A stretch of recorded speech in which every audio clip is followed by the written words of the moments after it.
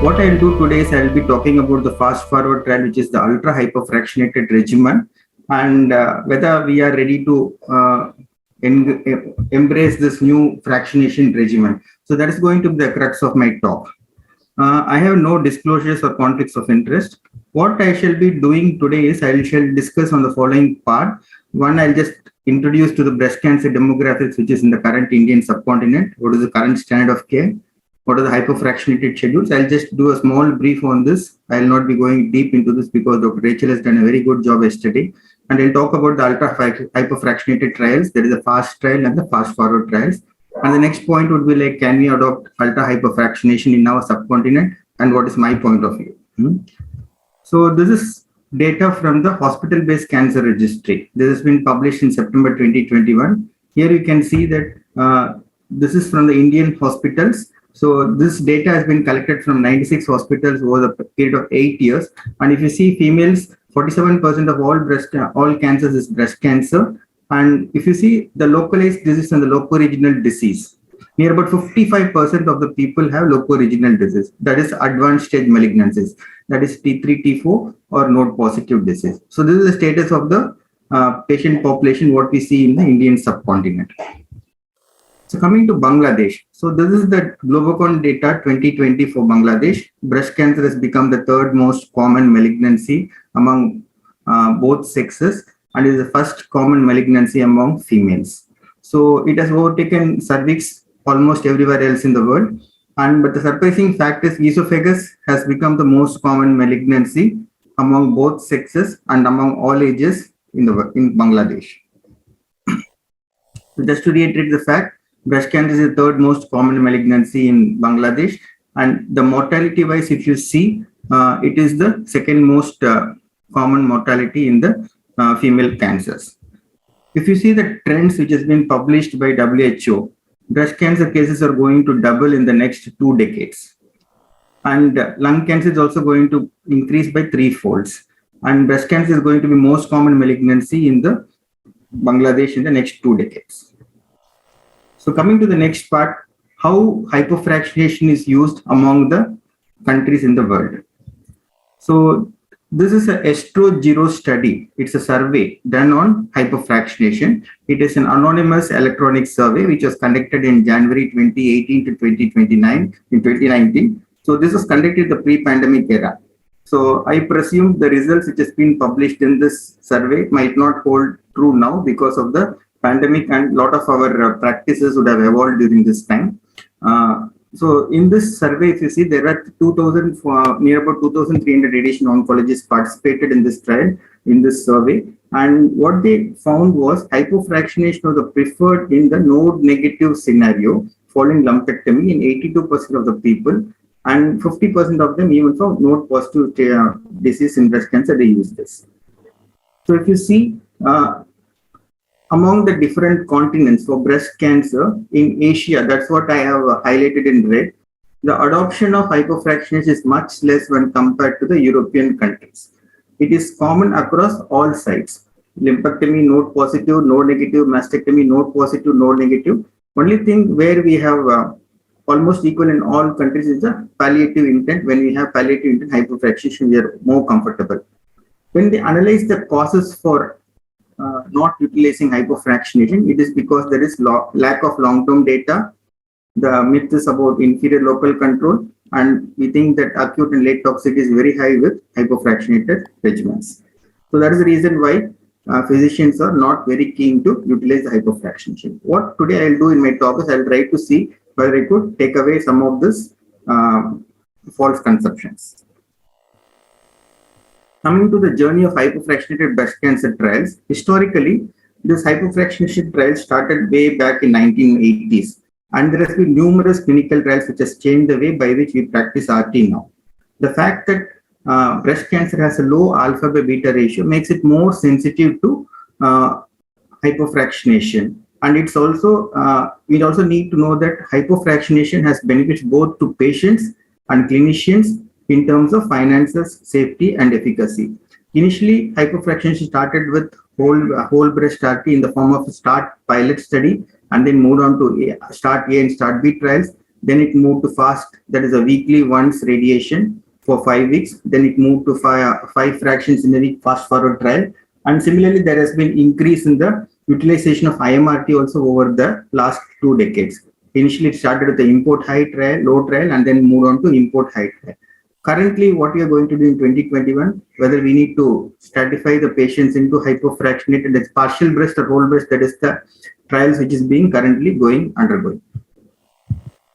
So if you compare the various hypofractionated trials which is available in literature, if you see the initial standard of care about a decade ago was 15-25 fractions over 5 weeks, and it has moved to the current scenario where the current standard is 40 gray in 15 fractions over 3 weeks. So this is basically because of the START-B protocol and the Dutch hypo study, where they found that for 40 gray arm has less acute and late toxicity and equal efficacy when compared to the normofractionated arm of 50 gray. So then came the FAST trial where it was randomized to 5-week arm versus 5 weeks, but 1 fraction every week. So that is 5 fractions over 4 weeks. So this is the UK FAST trial. It was also a randomized study. They found that the 10-year local regional control and the toxicity was same. By the time this result was published, and the standard has moved from 50 to 40 gray. So then the next study came up was the UK fast forward trial, which compared 40 gray in 15 fractions over 3 weeks with 26 in 5 fractions in a week. So they found that the 5-year local regional control and the toxicity is similar. You also need to remember that there is no direct comparison between 50 gray in 25 fractions versus the 26 gray in 5 fractions. So this comparison is not there. So coming to the evidences which is present for moderate hypofractionation with or without RNA, what I have done is I have just put all the trials which compared moderate hypofractionation with the conventional fractionation regimens. If you see, there is a START trials, the Dutch study, and the Canadian study, the OCOG study by the Wieland, and all these trials compared conventional versus moderate fractionation, whereas the fast forward trial, it compares moderate fractionation versus ultra hypofractionation. So that is the difference. If you see regarding to the regional nodal irradiation, there are some trials which had a small population of patients with RNA being included in the study, but fast forward has large number of patients with RNA, but this sub-study is still not published. So if you see in START A trial and B trial, only 90% of the patients received radiation to the supraclavian fossa and 30% received to the axilla. In the Canadian trial and the Dutch trial, none of the patients are regional nodal RT. So there was one more trial which was published by the Chinese people, the Wang et al. So they had done this in the post-mastectomy scenario where they included the supraclavicular nodes and the level 3 axillary nodes. So if you see the local recurrence rate among the various trials, among the normofractionated and the hypofractionated regimen, the local recurrence rates is very much similar among the various trials. It is in the range of 5 to 7%. That is at 10 years. The fast forward trial has published results only for 5 years and it is in the range of 2 to 2.8%. So coming to the late effects among the various moderately hypofractionated schedules, if you see the 5-year and the 10-year, cumulative rates of the moderate and the marked hypofractionation, marked normal tissue effects in the breast were higher for the conventional arm. That's marked in red. So the conventional arm was slightly higher when compared to the hypofractionated arms. It was also found to be statistically significant in most of the scenarios. It was a similar fact for breast shrinkage, subcutaneous fibrosis, and skin toxicity, and breast edema and breast induration also. So basically what we can conclude is the hypofractionated regimens are much more it's safer when compared to the normofractionated regimen. It is much lighter.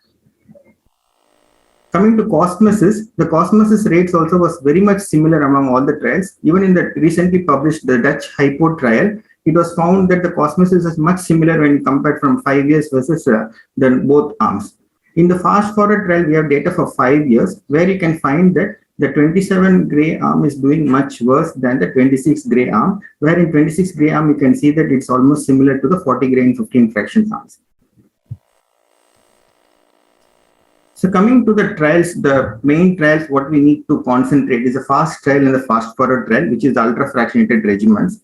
Fast trial I have just shown in this diagram the schema and the inclusion criteria. Here the patients were randomized into 50 gray in 25 fractions versus 30 gray in 5 fraction. That is 6 gray is given in 1 fraction over 5 weeks into 1 fraction per week. The other arm was 28.5 gray in 5 fraction, that is 5.7 gray per fraction, 5 fractions in 5 weeks. What they did was they included patients who are very low risk, that is age is more than 50, invasive carcinoma. They included patients with BCS only, and the margins has to be negative. It has to be, tumor size has to be less than 3 centimeters, node negative. And they excluded patients whenever they required mastectomy, or the patients who had neoadjuvant chemotherapy, or the patients who needs nodal irradiation or a tumor bed boost. So these are the patients whom they excluded from this FAST trial. So if you look at this inclusion criteria, you will come to a conclusion that this trial, whether it will fit to our patient population or not. So how they assess the thing was they assessed the patients for clinical assessment for 10 years, and they also did a photographic assessment at the 2 years and 5 years. So coming to the fast forward trial, the schema for fast forward trial was they included patients almost like any patient with the age more than 18 years, invasive carcinoma, any surgery they permitted both BCS and MRM, but the margins has to be negative. They included patients with up to T3 disease and N1 or N2 disease. They did not include patients with T4 disease. We need to be very carefully seeing here. And systemic chemotherapy, they permitted along with whatever is required. ER positive tumors can have hormonal therapy, HER2 positive tumors can have Herceptin based therapy. They excluded patients when they had previous malignancies, when there are more than 10 nodes positive in histopath, or in the patient at supraclavicular nodes or IMN nodes. This protocol was not used. So presence of supraclavicular node or internal mammary node or more than 10 node positive exclusion criteria for following fast forward trial. So they randomized patients into 3 arms, 40 in 15 versus 27 in 5 versus 26 in 5. So this one, they tried to allow for the treatment time compensation. When the treatment time compensation was done, we can have a slightly less dose, that is 26 gray in 5 fractions is possible. So they assessed patients for 10 years. They also took photographs of 2 years, 5 years and 10 years. The 10-year data is still awaited. And we also had patient-related outcome measures, which is measured for 3 years, 3 months, 6 months and 12 months, and at the intervals of 2 years, 5 years and 10 years. So their primary endpoint was ipsilateral breast tumor relapse. So that was a primary endpoint for them. So the protocol, what they used for planning was immobilization. They used supine on a breastboard, or you can use a vacuum bag. Important thing is the planning scan has to be 3 mm slice thickness. Tumor bed delineation, it is mandatory, and clips usage is also mandatory for delineation of the tumor bed. Contouring of OARs, you need to definitely contour lungs, heart and brachial plexus, and they permitted 1 week CT blaze planning, that is 3D CRT or field in field with 3D CRT with field in field technique or forward planning IMRT.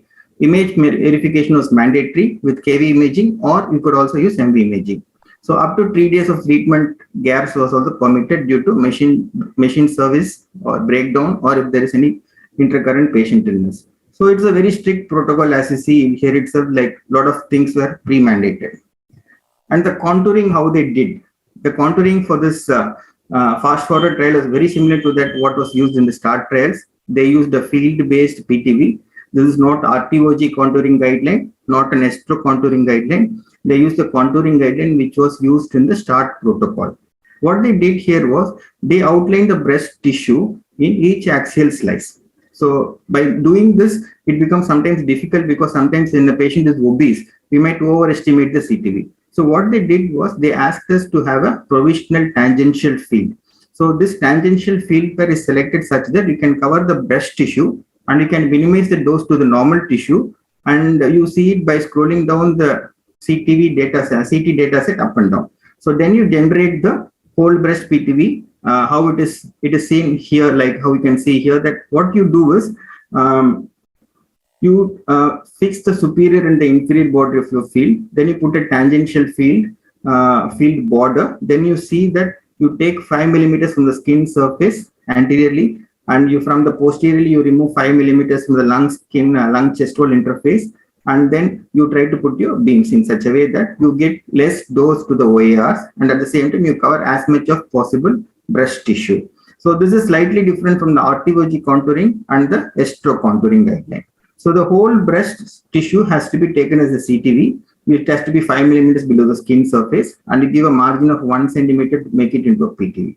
The similar thing you follow for the skin flaps for the chest wall also. And for the tumor bed boost, similarly, you need to have a tumor bed need to be contoured separately. The CTV becomes the tumor bed, and you give a 1 centimeter margin, and that becomes your PTV.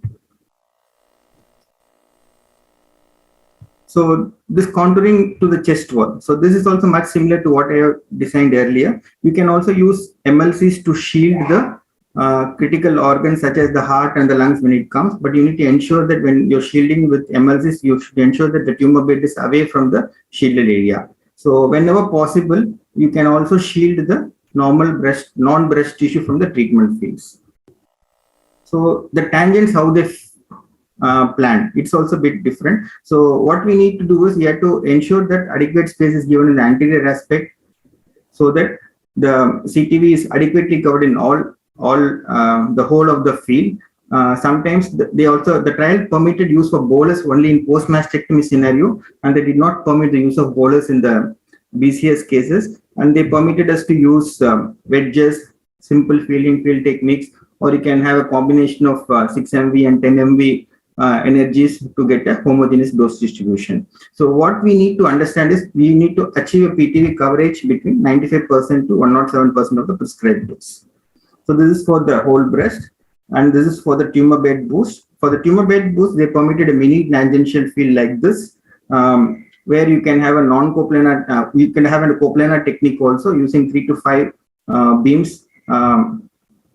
It could be either in the medial lateral direction, but whenever you have a lateral field, you need to ensure that it doesn't pass through the contralateral breast or it doesn't pass through the heart. The other option for treating tumor bed boost, what they given was electrons. You have to have a tumor bed coverage of at least by the 90% isobase. So you can choose energy of the electrons depending upon the depth of the tumor bed. So the constraints is also very strict. As I told earlier, it's mandatory to contour the ipsilateral lung and the heart for assessment. We have to ensure you need to have 3 mm slice thickness so that the heart can be contoured in a very good way. So this is the constraints for the PTV. For a PTV, you need to have 95% volume as to get at least 90% dose. The optimal one is 95% of volume to get 95% dose. You need to keep your volume of hotspot 105 to less than 5%. And the Dmax should be less than 110%. So the dose constraints also is very critical. The fast forward trial protocol, it said that the volume of heart receiving 7 gray should be less than 5%, and volume of heart receiving 1.5 gray should be less than 30%. So this is the extent of the dose constraints. Verification. So you need to have a EPID verification with KV or MV images. You need to do it for each fraction in the test arm. You have a tolerance of 3 to 5 millimeters. Whenever there is a variation, you have to correct all the displacements. In the control arm, there is a 14, 15 fractions. You need to have verification in the first 3 days, followed by weekly ones. Whenever there is a photon boost you are doing, you also need to have the conformal program. You need to have an online verification protocol or an offline verification protocol. Even when you use for the boost fields, you need to have verified the images in the first 2 to 3 fractions. Electron boost, when you're doing, you have to always verify the fields on the marks on the skin on the patient's body. So in UK, they said that in vivo dosimetry has to be done for all patients on day 1 of the test arm using diodes or TLDs. So this is the protocol, very stringent protocol, lot of things which we need to follow. So these are the issues which I think are important before we adopt this protocol. We need to look at the overall survival, loco-regional recurrences, normal tissue toxicity, late tissue toxicity. Is 5 years of follow-up enough to make decisions? What is the dose to the OARs and triple trouble? So coming to each one of this issue, overall survival. If you see, overall survival is common among all the 3 arms, 40 gray, 27 gray, and the 6 gray. There is a 5 fraction arm versus the 3-week arm, 15 fraction arm. Everything is similar. The DFS is same, OFS is same. So there is no issue in terms of overall survival or disease-free survival. Coming to the loco-regional recurrences. So if you see, the recurrences are much less in the 5 fraction arm. So the red one is a 40 gray arm, the green one is a 27 gray arm, and the blue one is a 26 gray arm. The curves have started to separate by the end of 2nd year or 3rd year. And this separation is not joined, it's still going on. If you remember the graph, for the START trial, that also had the same pattern, which was almost similar in the first 2 to 3 years. And then the curves for 50 degree and the 40 degree started to separate, and it was still evident at the end of 10 years. Going by this trend, I assume that even at the end of 10 years, this curve won't unite back. So even the confidence interval, if you see 95% confidence interval, it's very good. So this pattern is very similar to the START trial. Coming to the acute normal tissue toxicity. So here, this is the graph. It shows the time pattern of the toxicities which the patients were observed, grade 1, grade 2, and grade 3 for each of the 3 arms. If you see, the grade 1 toxicity usually peaks at the end of 2nd week, and then it goes on till the end of 7th week. So that is for the 3 weekly arm. But for the single week arm also, if you see, majority of the patients have toxicity at the end of 2nd week, and then it reduces up to the 4th or 5th week. So what you need to remember is when you use a 5 fraction arm, the acute toxicity will be mainly after the patients complete the treatment or not during the treatment. So you need to ensure that the patient follow-up is present even after the completion of treatment is there. If you see that the toxicity, even though it is similar when compared to all the 3 arms, the 5 fraction arm does much better because the rate of acute toxicity is much less. Coming to late normal tissue toxicity, the breast chest wall edema, it was similar in all the 3 arms. It was not statistically significant difference was present. It had only a risk of 1%. And another question is whether 5 years of follow-up is enough to make decisions. So this graph is from FAST. This is the physician assess late normal tissue effect at the end of 5 years and 10 years. If you see at the end of 5 years, for any toxicity in the breast for the normal tissue, it was 2.4 was the risk ratio. It was near about 1.3 in the 10-year follow-up. 2.4 become 2.03 and 1.3 become 1.6. There is no difference in the normal tissue toxicity at the end of 5 years or 10 years. So going by the trend, we can assume that the same would be the thing which will be applicable for fast forward also. Even now, the currently at the end of 5 years in the fast forward trial, we have a good safety profile. We expect it to be the same at the end of 10 years also, going by this data from the FAST trial. So, but what we need to know is we also need to see that there was some increased amount of events in the 5 fraction arm. The number of patient visits due to events was more, but this is not statistically significant. What the events were more was breast distortion was more, breast shrinkage was more, breast indulation was more, telangiectasia was more, chest wall edema, chest wall discomfort. These are all more in the hypofraction, ultra hypofraction 5 fraction arm, but it was not statistically significant. The toxicity, that is acute RTOG grade 3 toxicity, was very less in the 5 fraction arm. This was statistically significant. So the next thing is about triple trouble. What you mean by triple trouble is when you have a plan, you have a hotspot. This hotspot leads to inhomogeneity within the volume. So this is the first problem. The second problem is if you see there is a hotspot of 105%, it means that it is getting 5% more dose. So that is increased dose per fraction, and that part is total dose, which is slightly higher. So this is a third double. So when you're using a hypofractionated arm, so then this trouble almost triples. So that is called as triple trouble. So what we need to be very careful is we need to keep the hotspot in the ultra hypofractionated form as low as possible. We need to have a 107%, which is less than 2%, and the Dmax should be less than 110%. If you try to keep this, then the problems will be reduced. Coming to the dose to the OARs, I will concentrate mainly on the heart. So from a radiobiological perspective, if you see, heart and coronary vessels are late responding tissue. So generally, alpha by beta ratio for heart is 3 grade. So if you assume this heart as 3, it can also be up to as dose of 1% also. The constraint for the heart, what we use for the fast forward trial was V7 less than 5 and V1.5 less than 30%. So if you see the fast forward trial, we have only 6-year data available for the cardiac toxicity. So we're not sure whether we can make reliable recommendations. So this is a graph here. If you see, this has been plotted about equivalent dose in 2 gray per fraction versus the alpha by beta ratio. You consider alpha by beta ratio for a heart of the various things 0, 1, 2, 3. And if you see the graphs for the moderate fractionation and the normal fractionation is congruent. But if you see the fractionation for the 3 gray in 5 fractions arm, it is slightly higher. So we might need to wait for a longer time to see whether this we could applicable. So the advantages of hypofractionated regimen is it has reduced hospital stay, reduced hospital visit, less expenditure for the stay or travel, more patients can be treated, you can have better resource utilization, less toxicity because of lesser expenses, less toxicity, it also means lesser treatment gaps, you have a better quality of life, better cost message, or at least as equivalent cost message to the normal fractionation.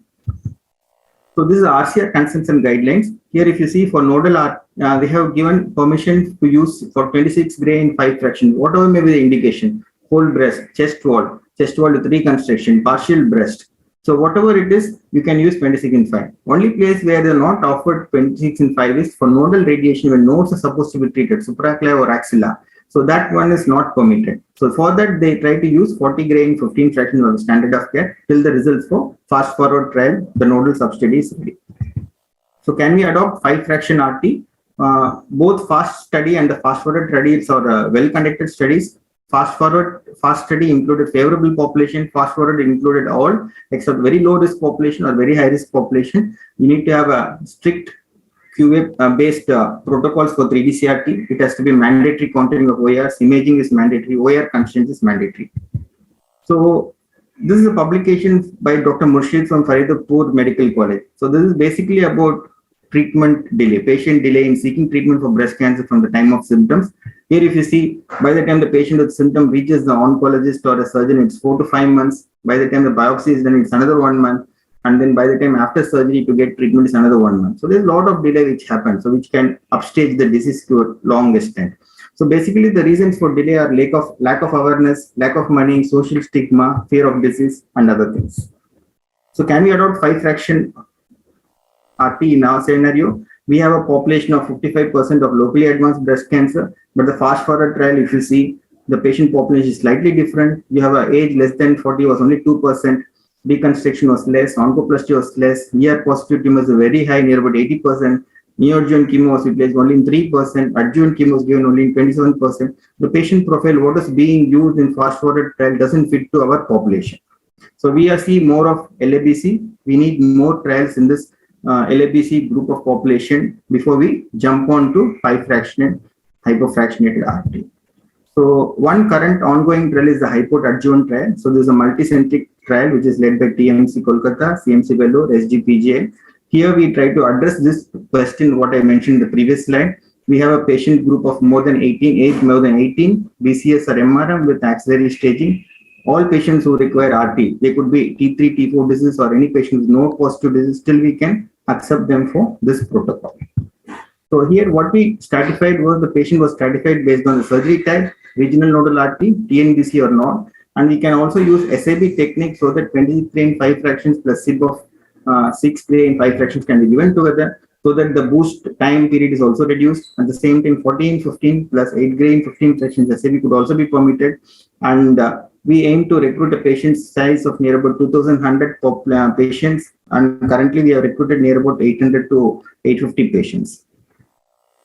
So comparing the fast forward trial protocol, number of patients and the HIPOT adjuvant trial, if you see the age of population, mean age of population is much less and the TNBC rate is much higher in the HIPOT adjuvant protocol group, and the patient who receive NACT, that is neoadjuvant chemo, is almost 50% when compared to 3% in the fast forward trial, and the supraclav radiation, none of the patients received in the fast forward trial. Here we have near about 70% of the patients in supraclav RT. So this protocol includes more young patients, more TNBC patients, more MRM patients, more patients with grade T tumors, more patients with neoadjuvant chemotherapy, and with supraclav RT. So we compared our data also with CMC's data also with this, and this is the part of the patients whom we treated with 40 gray in 15 fractions from the years 2 years from 2017 to 18. We also had a similar group of population with TNBC rates is much higher than the HIPOT adjuvant protocol. We had near about 30% of the patients with TNBC, and the neoadjuvant chemo was near about 55%, and our tumor size was near about 5 centimeters. The patient population, what we see in CMC is much different from the West. So we have a higher risk of patients, that is T3 patients is much more than compared to the other sites. So to say, can we adopt 5 fraction RT in the Indian subcontinent? I would like to say that our population is different. Late side effects are not better when compared to 40 gray arm. In the photographic study, The initial recruitment was supposed to be 2,200, but they recruited only 1,700 and 1,800 patients. We need to wait for 10-year follow-up data to see the trend of late effects. 3D-based planning is definitely necessary. We need to see the nodal RT subgroup of the fast forward trial. That data is to be published. The positive points is it is patient convenient, research utilization is better, we have a lot of economic benefits. We have a level 1 evidence which supports 26 gray in 5 fractions of the treatment option for patients with T1 to T3, N0 to N1 breast cancer disease. And I would like to conclude by saying 5 fractions, you can use it as a standard of care for any patient who is more than 18 years, invasive carcinoma, T1 to T3 with node negative disease, provided you have the 3D CRT facility with a stringent QA and a daily imaging protocol, or else we need to consider 40 gray in 15 fractions as the standard of care for all patients, or you can consider enrollment into fractionated, ultra fractionated RT clinical trials. Thank you.